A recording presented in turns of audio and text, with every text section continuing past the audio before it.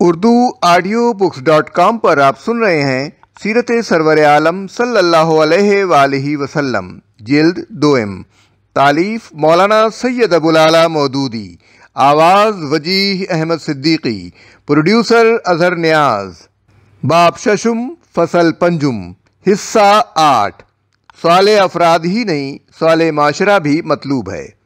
ان فضائل اخلاق کے ساتھ قرآن میں یہ بھی بتایا گیا کہ اسلام کا مقصود صرف صالح افراد تیار کرنا ہی نہیں ہے، بلکہ انہیں جوڑ کر ایک صالح معاشرہ بنانا بھی ہے، کیونکہ اس کے بغیر نوع انسانی کا خسران سے بچنا اور فلاح پانا ممکن نہیں ہے۔ اس مضمون کو اگرچہ بہت سی جگہ مختلف طریقوں سے بیان کیا گیا ہے، مگر ہم صرف 2 مقامات بطور مثال دیتے ہیں۔ کیا ہم نے انسان کو 2 آنکھیں اور 1 زبان اور 2 ہونٹ نہیں دیے، اور بھلائی اور برائی کے دونوں نمایاں راستے نہیں دکھا دیے، مگر اس نے دشوار گزار گھاٹی پر چڑھنے کی ہمت نہ کی؟ اور تم کیا جانو کہ وہ دشوار گزار گھاٹی کیا ہے؟ کسی گردن کو غلامی سے چھڑانا، یا فاقے کے دن کسی قریبی یتیم کو یا خاک نشین مسکین کو کھانا کھلانا، پھر یہ کہ آدمی ان لوگوں میں شامل ہو جو ایک دوسرے کو صبر اور رحم دلی کی تلقین کریں۔ صالح معاشرے کی خصوصیات: اس میں غلام کو آزاد کرنا یا قریبی یتیم یا خاک نشین مسکین کو کھانا کھلانا انفرادی نیکیاں ہیں، جنہیں ان بے شمار انفرادی نیکیوں میں سے بطور نمونہ پیش کیا گیا ہے جو افراد میں ہونی چاہیے، لیکن اس کے ساتھ یہ بھی ضروری قرار دیا گیا ہے کہ ایسے نیک افراد بکھرے ہوئے نہ رہیں، بلکہ ان لوگوں کے ساتھ مل کر ایک جماعت بن جائیں جو ایمان لانے والے اور ایک دوسرے کو صبر اور خلق خدا پر رحم کھانے کی تلقین کرنے والے ہوں، تاکہ ان سے ایک صابر اور رحیم معاشرہ وجود میں آئے۔ ایسا معاشرہ جو پاکیزہ اخلاق پر ثابت قدم ہو، برائیوں اور برائی کی ترغیبات سے اپنے آپ کو روکے، راہ حق کی مشکلات اور مزاحمتوں کا پامردی سے مقابلہ کرے، راستے پر مضبوطی کے ساتھ قائم رہے، اور خلق خدا کے لیے ظالم و جابر اور سنگ دل نہ ہو، بلکہ رحیم و شفیق ہو۔ اس قسم کا معاشرہ خدا اور آخرت پر ایمان اور رسول اور اس کے لائے ہوئے قانون پر غیر متزلزل یقین و اعتماد کے بغیر نہیں بن سکتا۔ اس لیے لامحالہ یہ خوبیاں ایک مومن معاشرے ہی میں ایسی مضبوط بنیادوں پر قائم ہو سکتی ہیں جو دنیا کی زندگی میں پیش آنے والی کسی آزمائش میں بھی اپنی خوبیوں سے منحرف نہ ہو سکیں۔ والعصر ان الانسان لفی خسر الا الذین آمنوا وعملوا الصالحات وتواصوا بالحق وتواصوا بالصبر۔ زمانے کی قسم، انسان در حقیقت بڑے خسارے میں ہے، سوائے ان لوگوں کے جو ایمان لائے اور نیک عمل کرتے رہے، اور ایک دوسرے کو حق کی نصیحت اور صبر کی تلقین کرتے رہے۔ زمانے سے مراد گزرا ہوا زمانہ یعنی تاریخ بھی ہے، اور گزرتا ہوا زمانہ بھی جو ہر آن گزر رہا ہے۔ اس کی قسم کھانے کا مطلب یہ ہے کہ وہ اس حقیقت پر گواہ ہے جو آگے بیان کی جا رہی ہے۔ انسان کا لفظ مطلقاً استعمال ہوا ہے، اس لیے اس سے مراد ایک انسان بھی ہے، اور انسانوں کا ہر مجموعہ بھی، اور پوری نوع انسانی بھی۔ خسارے کا لفظ گھاٹے اور نقصان اور ناکامی کے معنی میں استعمال ہوتا ہے، جو فلاح، نفع اور کامیابی کی ضد ہے۔ وہ 4 صفات جن پر نوع انسانی کی فلاح کا مدار ہے۔ ان چند مختصر سے جملوں میں قسم کھا کر قطعیت کے ساتھ یہ بات کہی گئی ہے کہ جو تاریخ گزر چکی ہے اور جو حال اب گزر رہا ہے، دونوں اس بات پر گواہ ہیں کہ انسان بحیثیت شخص، بحیثیت قوم اور بحیثیت نوع فلاح نہیں بلکہ خسارے میں مبتلا ہے، اور اس خسارے سے صرف وہی لوگ محفوظ ہیں اور رہے ہیں جن میں یہ 4 صفتیں پائی گئی ہیں اور پائی جاتی ہیں۔ ایمان یعنی اس بات پر پورا یقین کہ صرف اللہ وحدہ لا شریک ہی خالق، مالک، رازق، حاجت روا، معبود اور حاکم ہے، جس کی بندگی و اطاعت اور پرستش کرنی چاہیے، اور اللہ کے رسول کی لائی ہوئی ہدایت ہی برحق ہے جس کی پیروی کرنی چاہیے۔ اور زندگی صرف یہی دنیا کی عارضی زندگی نہیں ہے، بلکہ اس کے بعد ایک دوسری مستقل اور پائیدار زندگی بھی آنے والی ہے، جس میں ہم کو اپنے ان اعمال کا حساب دینا ہے جو ہم نے دنیا میں کیے ہیں اور ان کی جزا یا سزا پانی ہے۔ یہ ایمان فلاح پانے اور خسارے سے بچنے کے لیے شرط اول ہے، کیونکہ اس کے سوا کوئی دوسری چیز ایسی نہیں ہے جو سیرت و اخلاق اور کردار کے لیے ایک مضبوط بنیاد فراہم کرتی ہو اور جس پر ایک پاکیزہ زندگی کی عمارت قائم ہو سکتی ہو۔ اس کے بغیر انسانی زندگی خواہ بظاہر کتنی ہی خوشنما ہو، اس کا حال ایک بے لنگر کے جہاز کا سا ہوتا ہے جو اغراض اور خواہشات اور تخیلات کی موجوں کے ساتھ بہتا چلا جاتا ہے اور کہیں قرار نہیں پکڑ سکتا۔ حسن عمل، ایمان کے ساتھ اس صفت کا تعلق بیج اور درخت کا سا ہے۔ ایمان وہ بیج ہے جس کے بغیر نیک اعمال کا درخت پیدا نہیں ہو سکتا۔ خواہ بعض لوگوں کی زندگیوں میں ایمان کے بغیر کچھ ظاہری اور ناپائیدار خوبیاں اور نیکیاں پائی جاتی ہوں، اور درخت وہ نیک اعمال ہیں جن کا اس انسان کی زندگی میں رونما ہونا اور نشو و نما پانا عقل اور منطق کا لازمی تقاضا ہے۔ جس کے دل میں ایمان کا بیج بویا جا چکا ہو، اگر کہیں یہ بیج بویا گیا ہو اور اس سے حسن عمل کا درخت پیدا نہ ہو، تو اس کے معنی یہ ہے کہ آدمی کا دل اس بیج کی قبر بن گیا ہے اور خسارے سے اس کے بچنے کی کوئی ضمانت نہیں ہے، کیونکہ ایمان کے ساتھ نیک اعمال خسارے سے بچنے کی دوسری لازمی شرط ہیں۔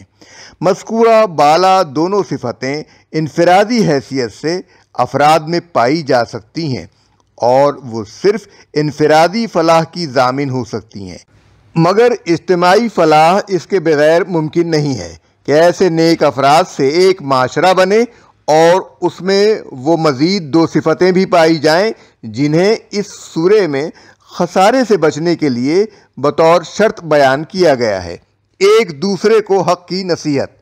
حق کا لفظ باطل کی ضد ہے اور بالعموم یہ دو معنوں میں استعمال ہوتا ہے، ایک صحیح اور سچی اور مطابق عدل و انصاف اور مطابق حقیقت بات، خواہ وہ عقیدہ و خیال سے متعلق ہو یا دنیا کے معاملات سے۔ دوسرے وہ حق جس کا ادا کرنا انسان پر واجب ہو،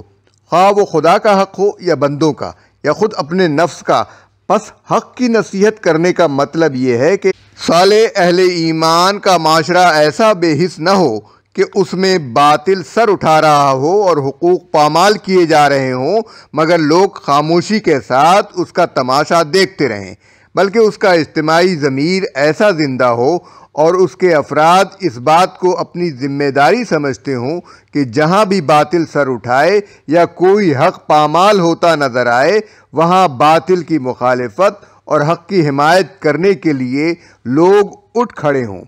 کوئی شخص صرف خود ہی حق پرست اور راست باز اور عادل و منصف ہونے اور حقداروں کے حقوق ادا کرنے پر اکتفا نہ کرے، بلکہ دوسروں کو بھی اس طرز عمل کی نصیحت کرے۔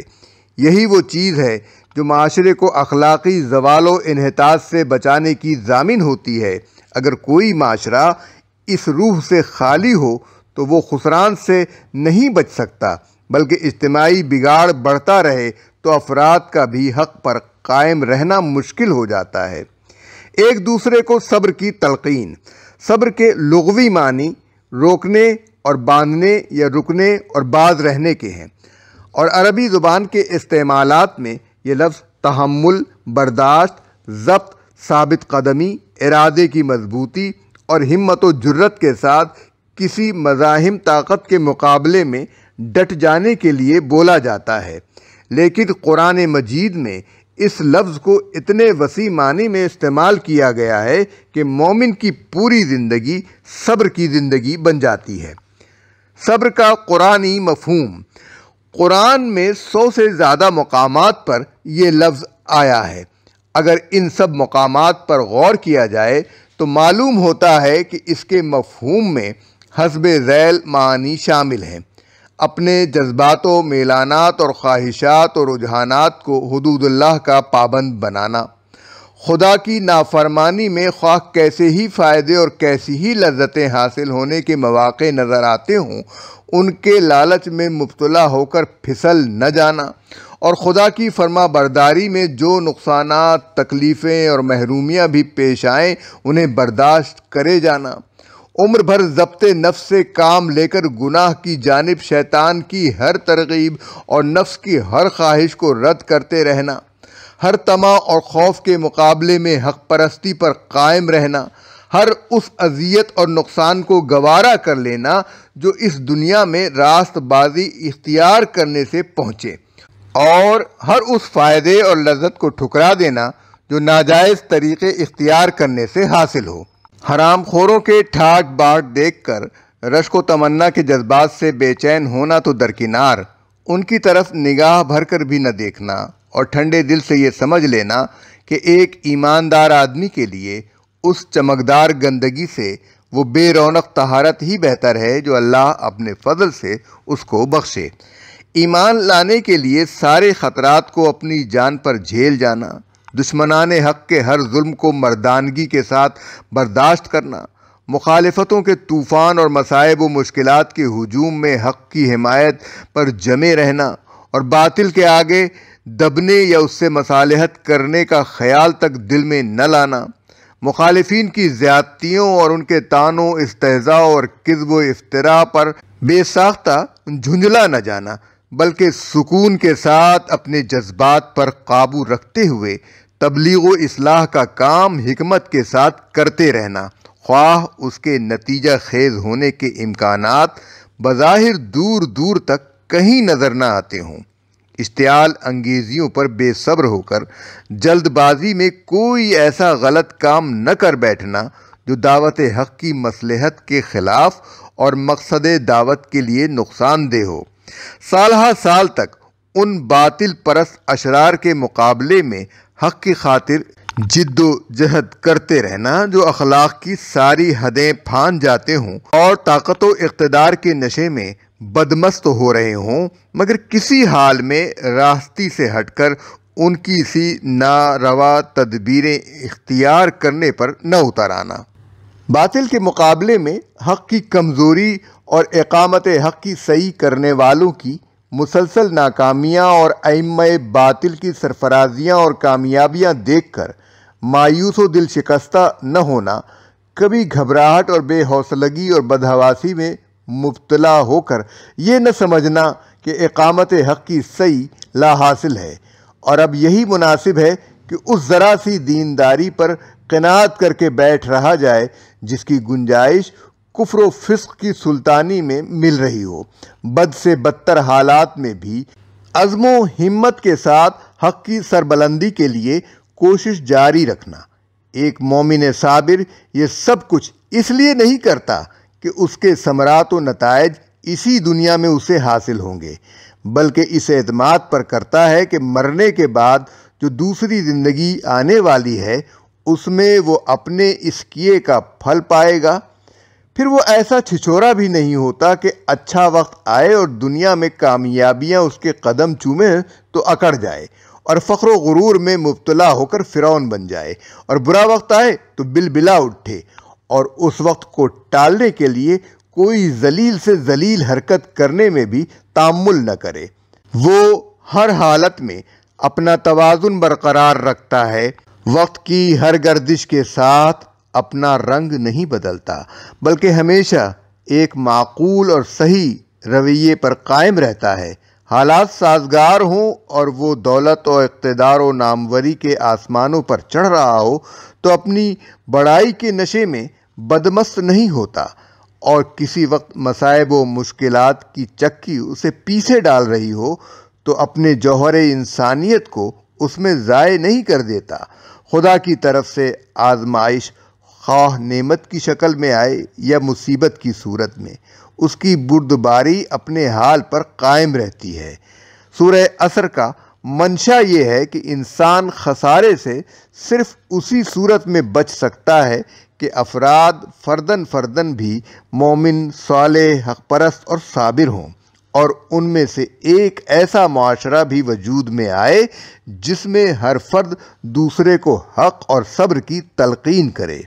اخلاقی تعلیم کا یہ ہتھیار وہ زبردست ہتھیار تھا جس کا کوئی توڑ مشرکین قریش اور کفار عرب کے پاس نہ تھا۔